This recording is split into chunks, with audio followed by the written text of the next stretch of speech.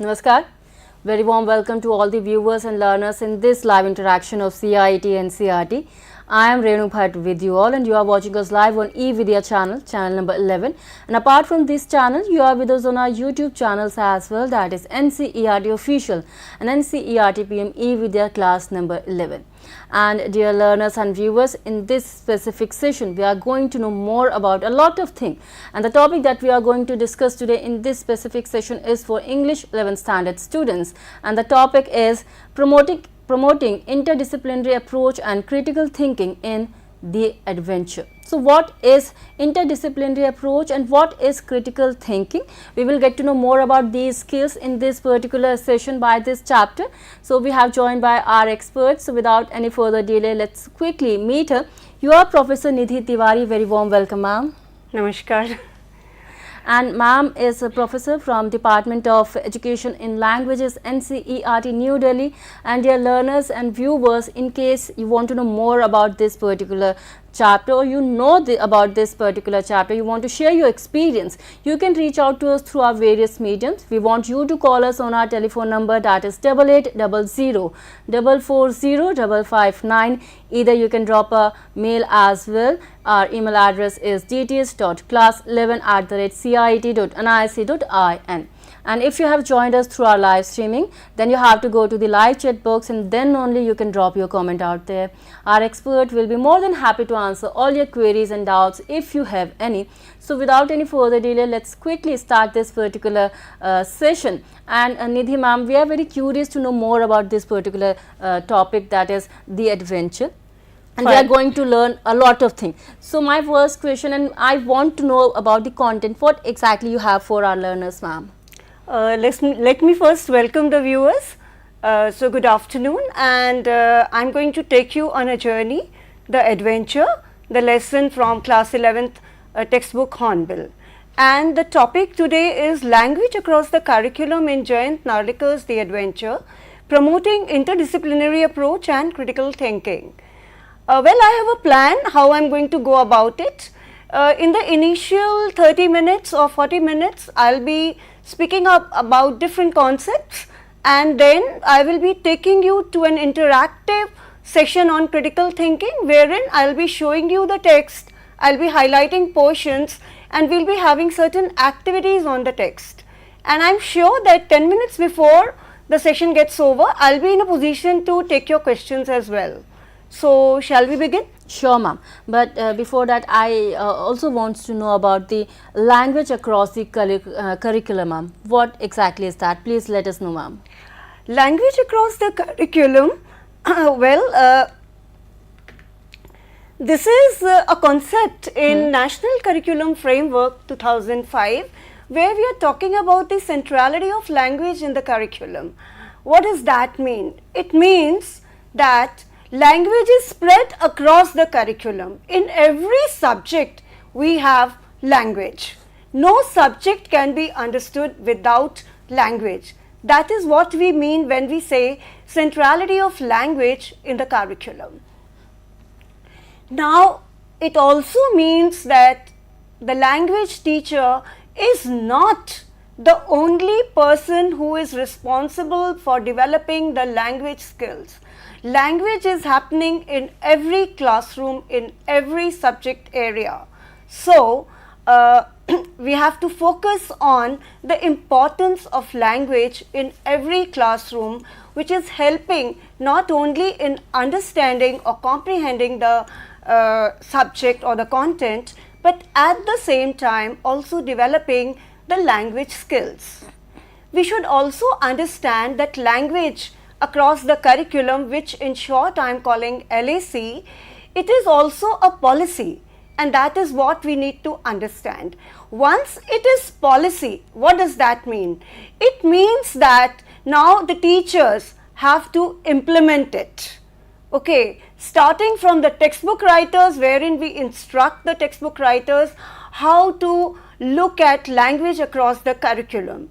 Meaning to say that suppose there is a topic which is for a particular class, can we have the same topic in the science textbook? Can we have the same topic in the social science textbook, even in the language textbook, and can we plan in such a way that the same topic is transacted during the same week?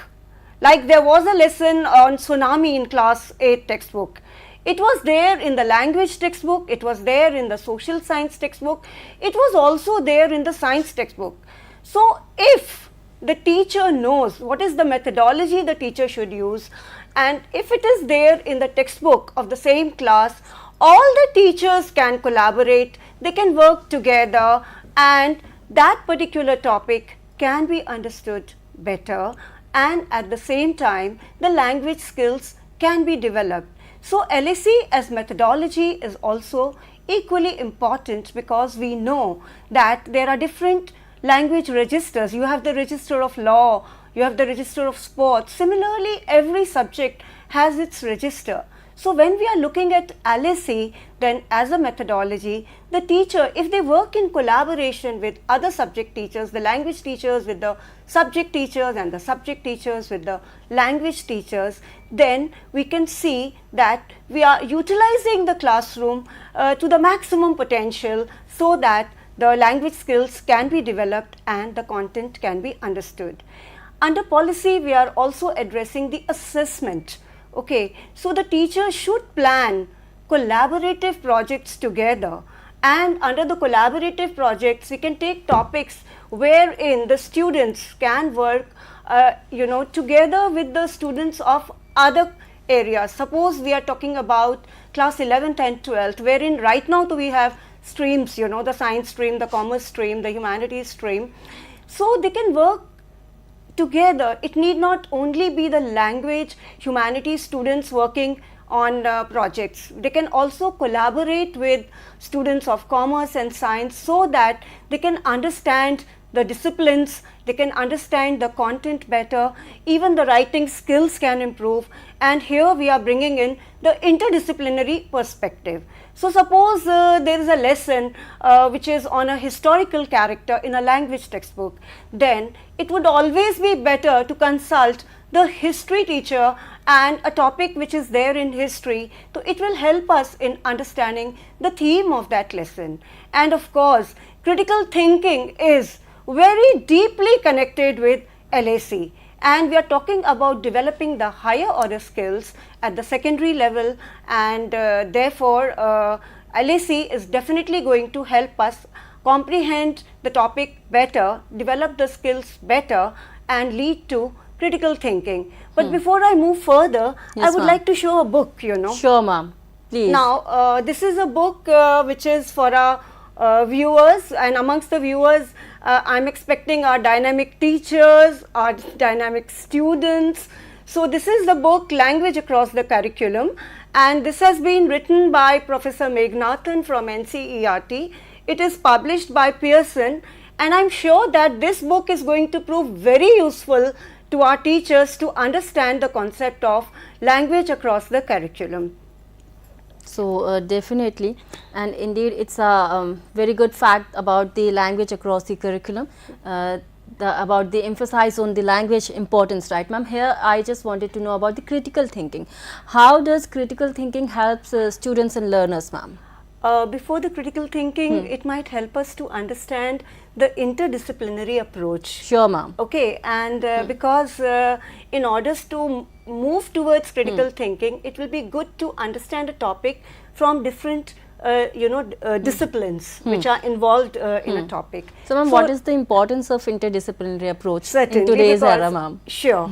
So NEP 2020 has highlighted the interdisciplinary approach, and it is talking about multidisciplinary education, which is fostering interdisciplinary learning, and it uses knowledge and process capacities from more than one discipline to examine a central theme, situation, event, issue or concept.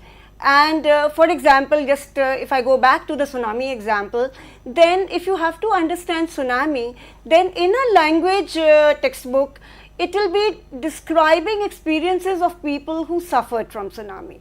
But when it is in geography, then we are understanding about tsunami differently, and when it is in science, then we are looking at tsunami differently, and we get to know more about the topic, and at the same time our language skills are also improved in the process, right? Right. So Now this is the importance and benefit. Yes, of course, it's very beneficial, and there is so much emphasis laid in NEP 2020 on the interdisciplinary approach, and it is part of the LAC as well. Now let me answer your question on critical thinking, and before that we should know what is critical thinking, why we give so much importance to critical thinking.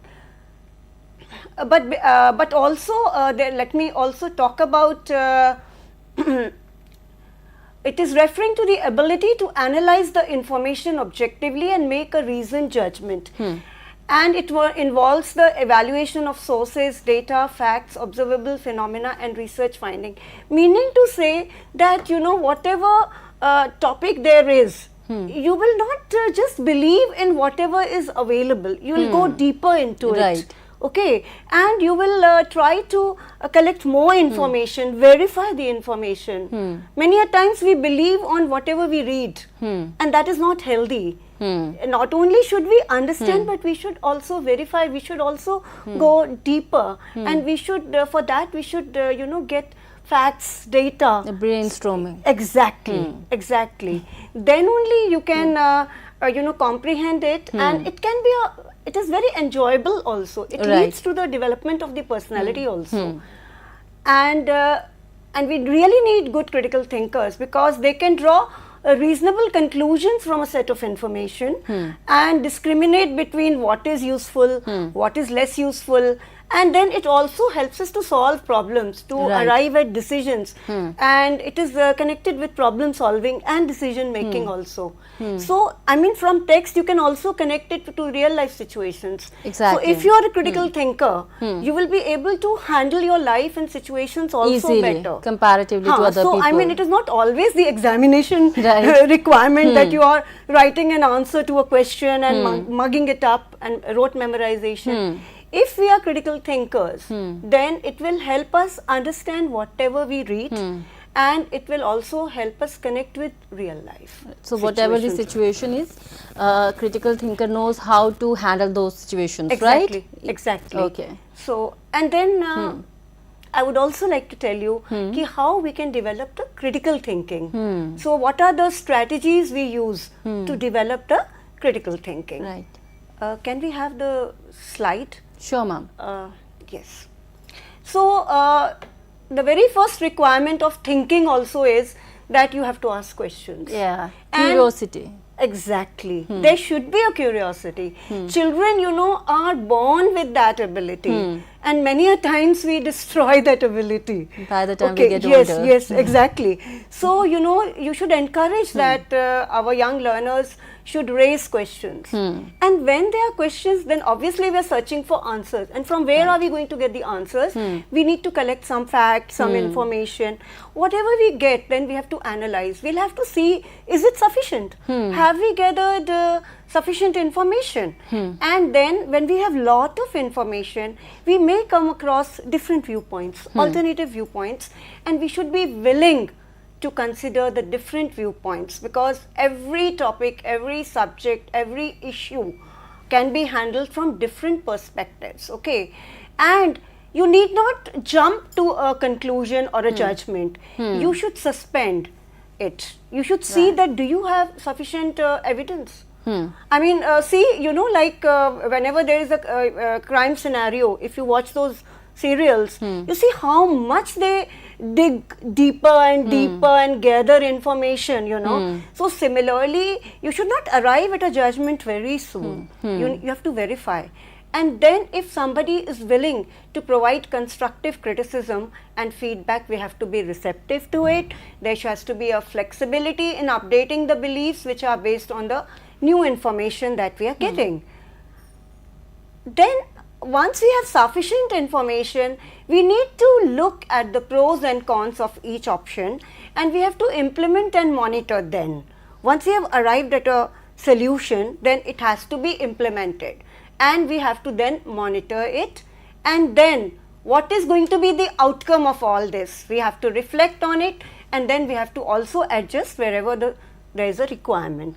So I believe now it's clear that what is critical thinking, exactly, why we need to be critical thinkers, right? And we really need critical thinkers, and our learners, once they become critical thinkers, they will also get the confidence, and that is absolutely essential and required in our education system, and that is why NEP 2020 is emphasizing so much on critical thinking. Right. So let's move ahead then. Sure, ma'am. And before we jump to the story, here we want to know more a bit about, or want to know more about the writers, ma'am. Certainly. So let us take a look at the picture of Jayant Right. Narlikar. Can we have the slide? Okay. So of course he is no longer alive. He passed away in 2001. But then he is a very famous Indian astrophysicist. You can see that the kind of degrees he has. He had been an emeritus professor at the Inter-University Center for Astronomy and Astrophysics, and he has spent a considerable time abroad, and he has worked with Sir Fred Hoyle, the conformal gravity theory, which is known as the Hoyle-Narlikar theory. He is also the recipient of many famous awards, even the Padma Bhushan, and then he is a writer, and lot of science fiction has been written by him, and he believed that if student wants to understand science, so if they read science fiction, it will motivate them and make science easier for them. So that is the best part about Jayant Narlikar. He is a very fascinating writer. Shall we move ahead now? Sure, ma'am, please. Now coming to the main story, the adventure. And of course I'll be providing an overview, which means the summary of this story, but let us also know certain things which are connected with the story, the adventure. First, that it is a science fiction. Second, the main theme is dealing with alternate reality. Now what is alternate reality? We'll be discussing that later, but at this juncture, very briefly let me tell you that alternate reality is talking about a reality which is existing simultaneously with the reality in which we are living, which we are feeling and seeing with our senses, but it is another world. It's a parallel world, okay, which is a part of science fiction. Many a times we see it in the sci-fi movies also. Exactly, ma'am. A lot of movies, yes. right. Okay, then this is a lesson which has really the interdisciplinary approach, because there is the intersection of history with science and mathematics in this story. And there's a reference to the Third Battle of Panipat, which plays a major role in the plot of this story. Then there's reference to the catastrophe theory in mathematics, and there's reference to the quantum theory from physics. But let us now take a look at the story. Now I would like to, of course, our teachers, our students who are familiar with the story, they might also be familiar that this story in the textbook is an abridged version, because it's a very long story, so the complete story could not be given, and the portion has been taken from, no, we don't need this slide, sorry. Yes, I'll let you know when I would like to show the slide, okay? No issues about that, okay. So what I want to tell you is that the story which is there in the textbook actually starts from the middle part of the main story, and you understand the total story only when you reach towards the end. So it might pose some problem for our young learners, and the teachers might face some difficulty, because it starts with the journey in the Jijamata express train, okay, where we find Professor Gaitonde traveling from Pune to Mumbai. Okay, so because it is a journey, it feels as if there is some adventure because we connect with the title. But let me provide a summary in the chronological manner in the context of the main story. So I'll take maybe 5 minutes to briefly tell you the story. So the actual story begins from the date, which is July 19. I'll just exactly read out the lines from where the story begins and how it begins. It starts with July 19, 1986, time 7:36 p.m. and 2-3 lines I am reading so that you understand how it starts. That was when it happened. At that precise moment of time, Professor Gangadhar Pant Gaitonde collided with a truck and apparently vanished into thin air. But let us begin the story at the beginning. So, the important point is his collision with a truck. And from there, we know, since you know the story, that he makes a transition into another reality. Okay, but let us know the story. So, who is Professor Gaitonde? He is an eminent historian teaching in the prestigious Fergusson College in Pune, and he has been renowned that he has been invited to many conferences and seminars, and he is looking forward to the 999th seminar, which is surprisingly on an area which is not at all related to history. It is on catastrophe theory in mathematics, and he is supposed to chair the seminar. And he took all the pains required to know about the catastrophe theory, and there is Rajendra Deshpande, the research fellow, a specialist on catastrophe theory in mathematics. He learns about it. And let me tell you that the people in the mathematics department are not inclined to attend the seminar or chair the seminar, because many don't believe in the catastrophe theory. So they direct the Pune University to invite Professor Gaitonde. He does the work, he goes there. But while he is understanding the theory from Rajendra Deshpande, he gets to know that this theory can also be related with the battles. And that excites his mind, and he's going to go, he's invited to another seminar, which is going to be the 1000th one, and naturally that's a figure which is quite exciting for him, and that is on the Battle of Panipat, and especially the focus is on the third Battle of Panipat. So he thinks that when he will go to that particular seminar, he'll connect the catastrophe theory with the Battle of Panipat. That's on his mind.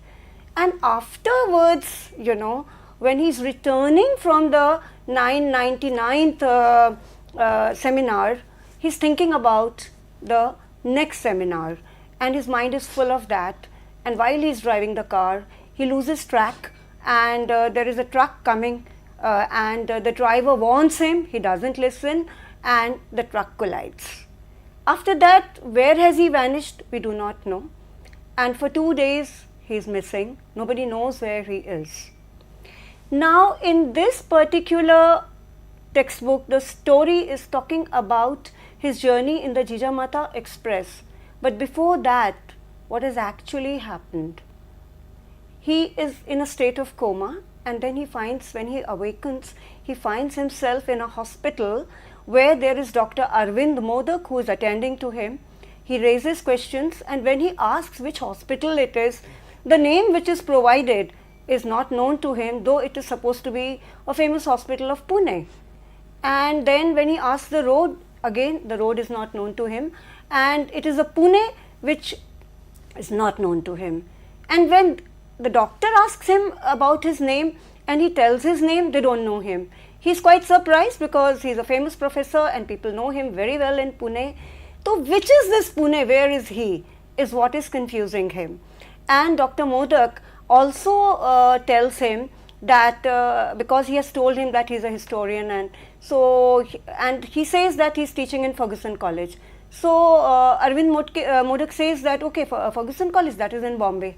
So he says no, that can't be, it's a famous college in Pune. Then he asks him about what is the date, and he is told it is 1986 and the date is 20th. So 1 day has passed, so he knows it is just the present moment. So where is he? He's struggling to understand. The doctor doesn't want to tax him.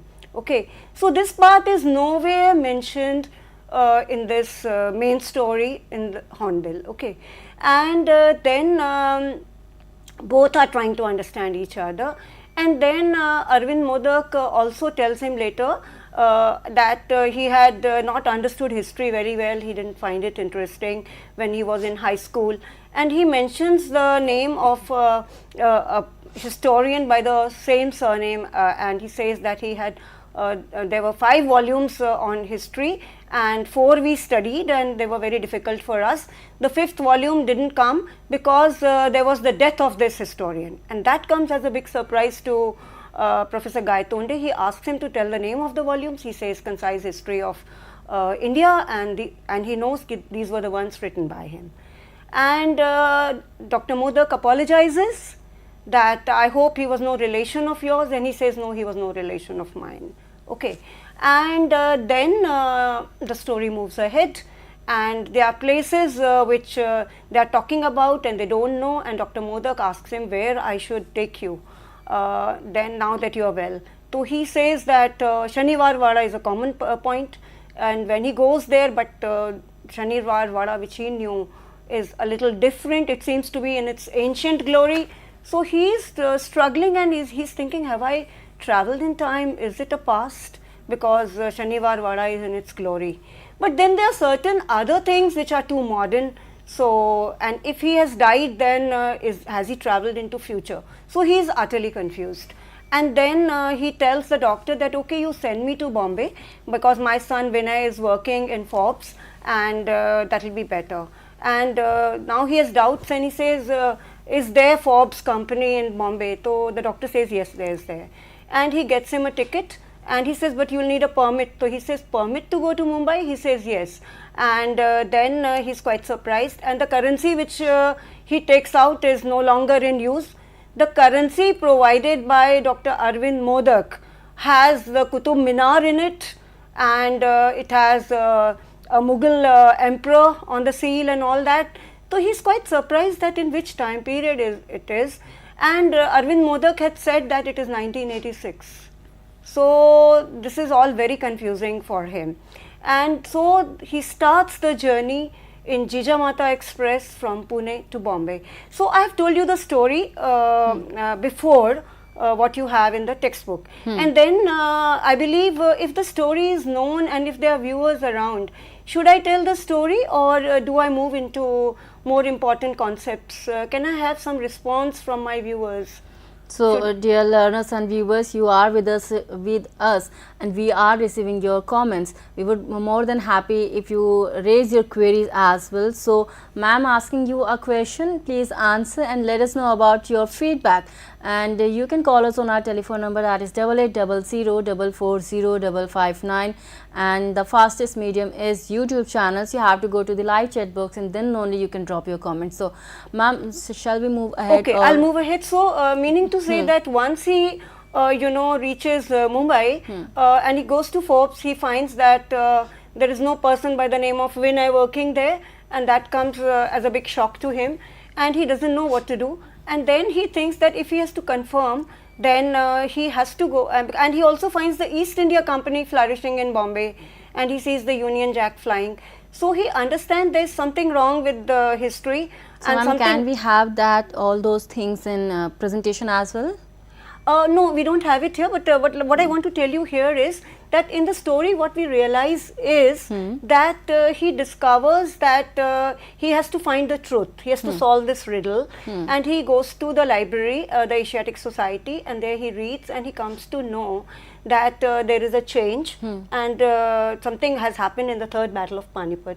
So in original history the Marathas had lost there and Abdali had won, but in the changed version, the Marathas have won. Okay. And so if they have won, then how would Pune and Mumbai be if the Marathas had won? That is what is shown in this lesson, okay? And he is struggling.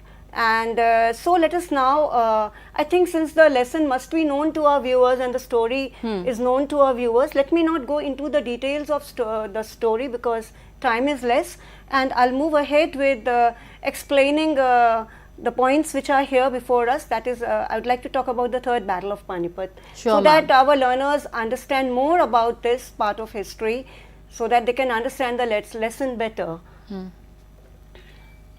Okay. Now, what happened in the Third Battle of Panipat? It took place on 14 January 1761 at Panipat, and 60 miles north of Delhi, between a northern expeditionary force of the Maratha Empire and a coalition of the King of Afghanistan Ahmad Shah Durrani, and there were two Muslim allies with him, the Rohilla Afghans of Doab and Shuja'ud-Dawla, the Nawab of Awadh, and Ahmad Shah Abdali. Then that was the point when there was a decline of the Mughal Empire, and that had led to the rapid territorial gains for the Marathas. So Marathas had become very powerful under the Peshwa Baji Rao, and Gujarat and Malwa had come under their reign, and also territories of South Delhi and other parts of the country, and they had even reached Punjab, and that is why they were directly encountering the Afghanis. Okay. And in this battle, Sadashiv Rao Bhau, he was the Maratha camp's commander-in-chief, and Vishwas Rao, the son of the Peshwa, he was the important leader, though Malhar Rao Holkar and Shinde was also there. And in this battle, the Marathas lost. Sadashiv Rao Bhau and Vishwas Rao, they were slaughtered and killed, and the Afghanis were victorious. I would like to show a diagram here now on the third battle of Panipat. Can we have the diagram? Sure, ma'am. Okay, in this diagram you can see that upwards we have the blue color, so you can see the Maratha forces there, and downwards you can see in red, that is, they are the forces of Abdali. You can see the arrows. So the attack starts from this is my right hand side and this is my left hand side. So you see the blue arrow, if I can point somewhere, maybe if I point here, here, this side the arrow, if you see, first the Marathas attack from there, there are two arrows here, they have a position of advantage there initially. The red arrow is the attack from the side of Abdali, okay. And then you see that in the center again there is a blue arrow, so it was Sadashiv Rao who attacked from the center. Initially they had the position of advantage, but then you see that the center point, there are arrows from both the directions, and from there gradually the Marathas, the attack is checked by the Afghanis, and then we have the red arrow, and there you can see it is moving upwards here, this side, and you see that there is a blue arrow upward. So they have defeated the Marathas, and the Marathas are fleeing from the situation. So this diagram helps you to understand that in capacity the Marathas were very powerful, they were not less than the Afghanis, yet few decisions were not taken correctly, and of course there were traitors also, and that was one of the reasons that the Marathas lost in this battle. Let me move further, and what I want to tell you is, had Vishwas Rao not been shot at and the bullet hit him and he died, had that not happened, then the Marathas would have been victorious, and had they been victorious, then the history and the present time would have been very different, because in the lesson we are shown that India is a democracy, but surprisingly, though it's a democracy, the puppet ruler is the king, that is the Mughal ruler, and portions of Mumbai and Kolkata are given to the East India Company. It's still flourishing, and there is a lease for a time period. So meaning to say that the main power is in the hands of the Marathas. So this is a what if situation. If they had won, what would have happened, which connects with the catastrophe theory also. Moving on. So I will not talk further about the Marathas. I am moving on to the catastrophe theory, and this is a theory in mathematics connected to geometry, and it is telling that a system can undergo sudden large changes in behavior as one or more of the variables that control it are changed continuously. And it is a branch of geometry because the variables and resultant behaviors are usually depicted as curves or surfaces, and it is the development of the theory, the credit is given to the French topologist René Thom. Okay. So when a catastrophe occurs, when something changes suddenly, many things happen. It can connect with social science situations also, with economics, if the prices in the share market, if there is a fall, what can happen. If a cricket match, we know the uncertainty with the cricket match also. So this theory, the example is of an arched bridge, and if load is increased, then it will collapse, and even social scientists use it, that if there is a sudden eruption of mob violence, what will happen. I have already shared with you situations in economics and commerce, if what will happen if the prices in the share market or stock exchange, if there is a change, then it has a very wide impact. Okay. Now let me move on to the quantum theory, because that is discussed in this story to explain the transition of Gangadhar Pant Gaikonde from one reality to another. He has made a transition from one world to another world, and that is what Deshpande tries to explain to him when he is confused as to what happened to him.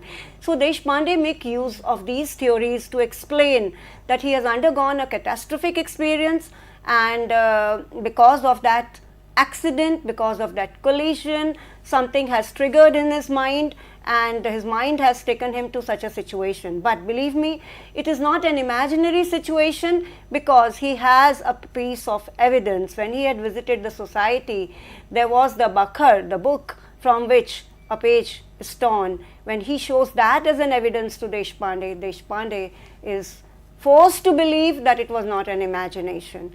Then he also explains to him the quantum theory. Now, what is quantum? Max Planck, how it starts about the change of the colors and the black body radiation. Then we move on to Niels Bohr's interpretation, where he is talking of many worlds or multiverse theory. So, there are many worlds there out in the universe, not just our own universe. And Heisenberg's uncertainty principle, which states that it is impossible to know the position and speed of a particle. The more we nail down the particle's position, the less we know, and it was proposed as early as 1927. So we have many worlds. Even Erwin Schrödinger was talking about it, and he was saying that there can be several different histories. They are not alternatives, but all really happen simultaneously. So what are we really experiencing? If things are happening simultaneously, see, you cannot be present in all the worlds simultaneously. Right. Things are happening simultaneously. That is what Deshpande tries to explain to Gangadhar Pant Gaikonde, that you were, for those 2 days, you were in another world which had another history. So, ma'am, here it's a very curious and interesting subject, right?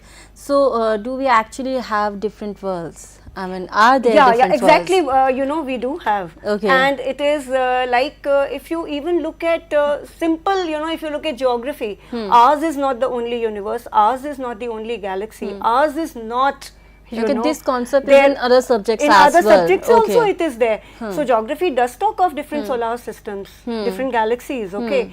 If you go to psychology, they also have the sixth sense, and people whose sixth sense is awakened, can experience other worlds, and those who are on a higher level of spiritual evolution, even Sri Aurobindo and the Mother, they do talk of parallel worlds.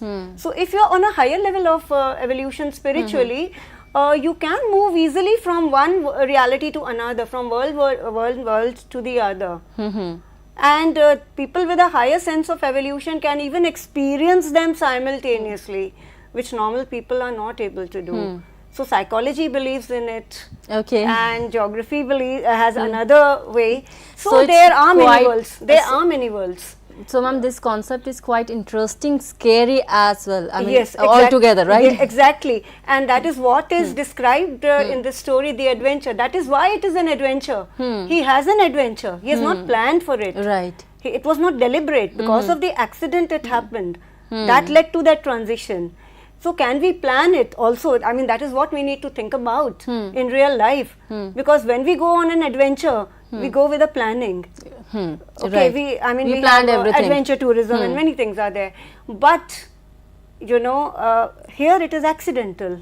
And that is why he is confused. He can't understand. Right. That is the adventure. Okay. So let us now with this, already it is, we have almost 20 minutes left. Yes, ma'am. And I think the viewers should be ready now for certain critical thinking on the text, and I will be taking you to the text. So let us take a look of, my focus will be on the character of Gaikonde, because he is the protagonist and the central character, and I have used color codes just which will serve as clues. I will be asking questions, and in the context of these color codes before you, you might be able to answer the questions. Okay, so we are looking at the racing mind of Professor Gaitonde and a plan of action. What does that tell you about the character of Gaitonde? Anyone from the viewers, if anybody wants to respond to this? Sure, ma'am, they can. But yes, let us see if there are viewers who are willing to respond to my question, because if I have to promote critical thinking amongst you, I am beginning with asking questions. I am providing clues here so that you can talk about the character of Gaitonde. So, do we have any answers coming from not till now, ma'am. You may continue with the character, ma'am. Okay, so when we are talking about his character, when I am saying that the clue is racing mind and plan of action, and he is a historian, he is intelligent, and his mind is moving very fast because he is in such a situation, as you all have seen from the story, that he is very confused, he doesn't know where he is. I mean, though he is understanding that he has travelled, but he doesn't know that it is the same time, and yet how things are different in the same time. So, he has to find an answer, and so he is intelligent, that is why a plan of action is emerging in his mind. So, he is an intellectual, he is an eminent historian, and he is planning, trying to solve the problem. He is not getting desperate, okay, he is not losing hope, and though that shows the strength of character. Then he wants to browse in a library, and he feels that is the surest way of finding out how he has reached such a state, okay. And here we have to also look at how can history help us to solve problems, because he is using the strategy as a historian, because he is a historian, so that comes easy to him. But you can very well understand the confusion. There is a fixed history he knows based on facts, and there is another history which is before him. So he has to confirm from the books, because the records, when we were talking about critical thinking, then if there is a problem, we have to find facts, we have to get data. So he is doing that only. Then and he feels then he will get to know the truth and understand, okay. And then I have highlighted there existed someone called Rajen Deshpande. So he thinks that if I will return to Pune, I will be able to take help from Rajen Deshpande. Somewhere, you know, but he has a doubt that there could be someone called Rajen Deshpande, because so many things are not the same in this world. Even his Ferguson College is not there in Pune. Okay. It is because Dr. Modak says it is in Bombay. So, and when he goes to that area, there is a forest, there is no college, there are no buildings, his house is not there. So, will there be a person like Rajen Deshpande there? That is, so it is very obvious that he is using all the intelligence that he has, and he is contemplating what else he may not find, because you plan, na, okay, I'll do this, I'll do this, I'll do this, and these are the, you know, strategies I'll use to solve the problem. Okay, if this doesn't work, then there's this, if this doesn't work, then there's this. But suppose if that person on whom you plan to depend for future help, if that person is not there, then what? Okay, so so he is really an intelligent person, strong enough, not confused, knowing more about the character, willing listener.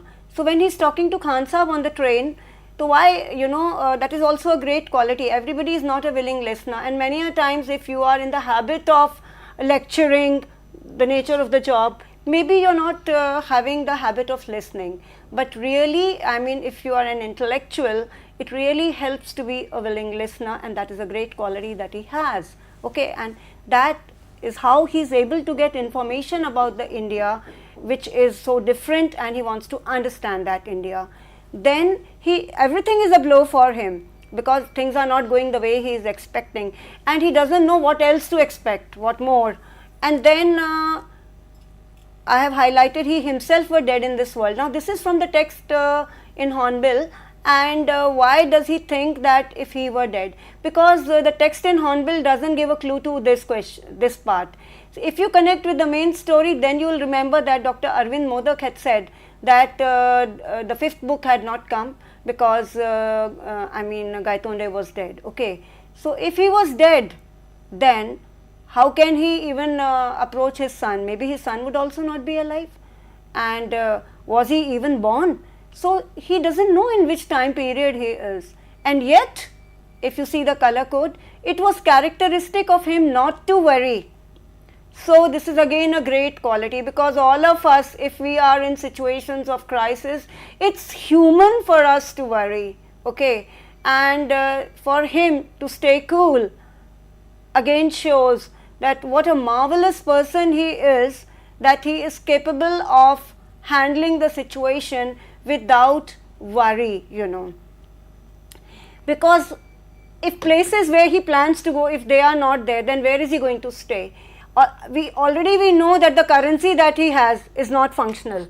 Now you don't have the money, you don't have a son and a place where to go to, then how are you going to, manage? It's a very difficult situation, okay, and yet he is determined to solve this riddle of history. So he is a man with a very strong determination. This is what, when we look at the facts from the story, and if we do a critical thinking to understand the character, to understand the plot, to understand as to what is the reality, and to understand the problem, then because please remember this lesson, you should go beyond the examination question and try to understand this situation, because I know we may not be in a position to experience alternative realities yet. It will help us to deal with problems in our life by understanding the character and the plot, okay. And in such a difficult situation, when you are in a time zone which is the same and yet it is a different reality,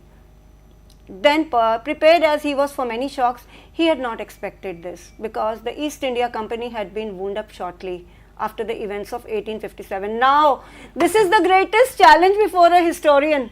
1857, we all know that East India Company was no longer, there, okay, it was wound up, okay, but here it is flourishing, and the time period given by Modak is 1986.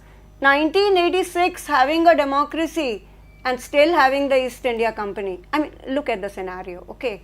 And he knows that history had taken a different turn, and everything had to happen before 1857, because in actual history, 1857 is the major turning point, okay. So something has happened before, and that is why East India Company is continuing, okay.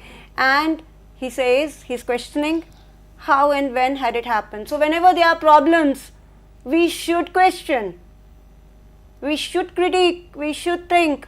This is the greatest message that you will get from this story, that you must know how to deal with situations in life. It may be science fiction, it may be a mystery, it may be a story, but it is definitely very inspiring, and it should motivate you, and this character should motivate you to handle the situations in life, and he had to find out. Now this again I have highlighted so that you can understand. Moving further, he entered the reading room, asked for a list of history books including his own. His 5 volumes duly arrived on his table. The change had occurred in the last. Now again, what is in color code? Do we ask the viewers? Can we? Will anybody be interested? The line in color code is, the style of writing was unmistakably his, yet he was reading the account for the first time. Why? Can anybody answer this question? Why was he reading the account for the first time? It is his own history book which he has written, and there is some change in his own history book. How has that happened? So ma'am, let them answer too, but you may please continue with this character, ma'am. Okay, because there doesn't seem to be answers coming from the viewers, it Exactly, seems. ma'am. Okay. So this must be the greatest shock, you see your own work. Just think, the situation in which a person is. Sorry, I'm interrupting you. Let me tell you that we have only 5 minutes left for this session, ma'am. 5 more minutes. Acha, okay. It is very difficult to face facts where your own history is topsy-turvy, when your own book has something else written there. And now this is the lesson, this portion I have taken from the actual story. where Dr. Modak is telling that about his experience with the history, and then how he feels, how difficult it is to accept that somebody is saying that you are no longer alive. You are alive and to be told that you are not alive. How difficult. And now this is a situation, we need to look at this part because it connects with the conclusion of the story. The presidential chair unoccupied. He had been to Azad Maidan and there he saw that a seminar is going on and the presidential chair is unoccupied. So how can you have a seminar without a chairperson? So he is saying ki what nonsense, how can there be a public lecture without a presiding dignitary? And there is a beautiful comparison with having Shakespeare's Hamlet without the Prince of Denmark. Okay. And he is trying to convince the audience that he should be allowed to chair this. Okay. And the audience is not willing to listen to him, and he is a strong man. He has faced the audience and he has even borne shower of eggs and tomatoes and other objects which were thrown at him. Okay. So he's struggling, he wants to remain there, he wants to act as the chairperson in this particular seminar. But the audience really don't listen to him. They go up to the stage and they throw him from that stage. And we find that he is thrown in this Azad Maidan, where the next morning he is discovered by the people, where he enters the actual reality. Now here we need to address not only how he must be feeling, but at the same time we need to understand that this is a little different from history. It's a normal custom that we find everywhere, that we have seminars and conferences and we have chairpersons. Now what has happened to that in this scenario that you are having? This is a very different academic concept which has emerged, which is not really connected with any subject like history or any other subject. So why has this custom been broken? That also needs to be, explored, because this becomes the reason why he refuses to accept the invitation for the 1000th seminar on Battle of Panipat. He was so eager to go there because he tells Rajendra Deshpande that he has already attended, as if he has seen what the future would be, and he doesn't want to be humiliated. I mean, a man who's used to honors 999 times, and the 1000th one, which is the peak, the culmination point, turns out to be such a humiliation. Right. Okay. So that was the character of Gaitunde, right? So how he faces it. Okay. And how is that reality also, which is different from the academic concepts of having chairpersons. That is another side in the plot to consider, apart from the character. Okay, let's move further. So ma'am, we have received few questions as well. Can I ask you that? Yes. So ma'am, we have received one question like, how can the parallel worlds would be explained in the class, ma'am? How a person or how a teacher can explain this concept in the classroom, ma'am? Okay, yeah, that is a very significant question, and I believe the teacher should get information about the parallel worlds from different subjects. And you should get the textual evidence from different subjects, because in quantum, he actually wants to know, he or she, he actually wants to know about the practical methods, ma'am.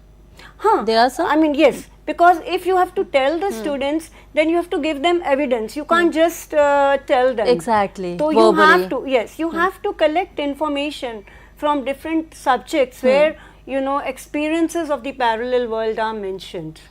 And only then will the students believe. Of course, if you refer to the, different sci-fi movies, and if you show them clippings from movies and if you tell about that, then you can explain to them by showing some movies which are based on alternate reality. You have The Matrix is a very popular one, and then there is A Beautiful Mind, wherein it is based on the life of John Nash, the famous mathematician who got the Nobel Prize. So if that movie is shown, there also an alternate reality is there. So if the children are shown movies, maybe that might be a better way of introducing the concept of parallel worlds to them. So such movies can also be the summary and some clippings could be shown to the students. So ma'am, we are in very short of time, but we want to ask one more question. Sure. And the question is the story about time travel or multiple universe? Please clarify. One of the viewer wants to know about this story, ma'am. Okay. Okay, it is the theme of alternate reality. Okay, wherein we are talking about many worlds, the parallel worlds, and it is in this particular story, the adventure in this particular story, it is the alternate reality. There can be more than one reality. There can be more than one world. That is what Narlika is trying to tell. Okay. Okay. So ma'am, we have left with very few minutes. Would you like to add something, or you want to conclude that story, ma'am? Yes, when we I mean in this already in the discussion we are told that you were in the present but experiencing a different world. Okay, and so Deshpande himself is saying that there are many more different worlds, and he also is telling us that but you cannot be simultaneously present in both the worlds. That is also very important in this story, and the experience of one world will always be compared by the person, and in due course of time it will be very helpful. I mean, it will be very enlightening experience for the person who has experienced two worlds to know more about reality, and he will gain more in his life from those experiences. Finally, these were some of my questions for the viewers. Then what is the adventure then about, and as a reader, what is your reality check if you have your own experiences, or even if there are movies that you have seen with which you can connect, and then what are your perspectives if you are from the branch of humanity or science or mathematics or commerce teachers, learners, academicians. And if you are living in the present with realization of alternate realities, the best way to understand this maybe could be through the sci-fi movies wherein alternate realities are shown. And does it help you empathize? That is the last thing which is most important from my side. If you happen to understand different perspectives, you might be able to understand people better. Maybe you can empathize. That is an important point I want to conclude with, that you must learn to empathize with people.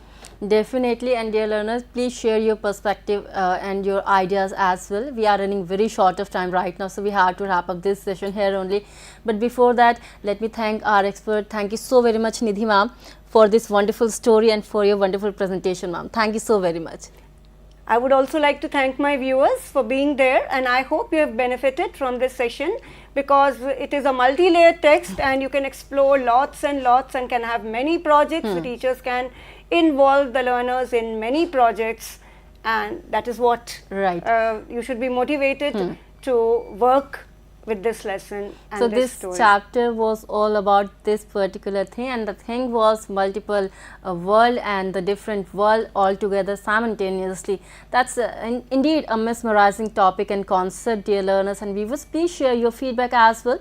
And before I wrap up this session, let me share the another session that is lined up for you, and that session is for 12th standard Hindi student. 12वीं कक्षा के विद्यार्थियों के लिए हम ये सत्र लेकर आने वाले हैं, जिसका शीर्षक है तुलसीदास पाठ और युग संदर्भ, और हमारे विशेषज्ञ रहेंगे डॉक्टर सुशील द्विवेदी। आप लेखक हैं, तो आप इस सत्र में अपनी भागीदारी तो ज़रूर बनाए रखें। और अभी फ़िलहाल मुझे रेणु भट्ट को दे अनुमति, आप यूँ ही बने रहें eVidya चैनल्स और हमारे यूट्यूब चैनल्स पर। मी Renu Bhatt is taking your leave. नमस्कार।